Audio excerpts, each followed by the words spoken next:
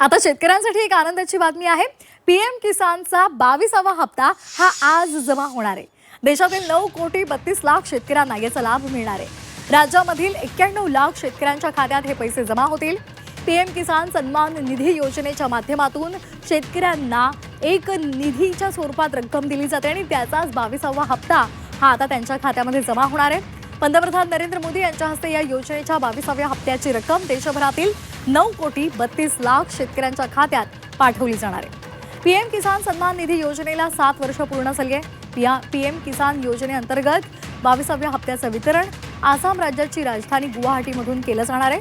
22व्या हप्त्यासाठी केंद्र सरकारच्या कृषी ग्रामीण विकास मंत्रालयाकडून 18,640 कोटी रुपये वर्ग केले जातील।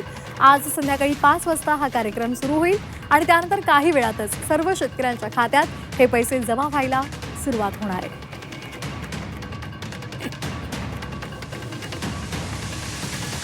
तर पीएम किसान योजनेचे पैसे आज शेतकऱ्यांच्या खात्यामध्ये जमा होणार आहे।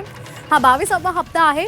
संध्याकाळी 5 नंतर एका कार्यक्रमामध्ये हे पैसे जमा केले जातील आणि टप्प्याटप्प्यानं सर्व शेतकऱ्यांच्या खात्यामध्ये हे पैसे वर्ग केले जातील।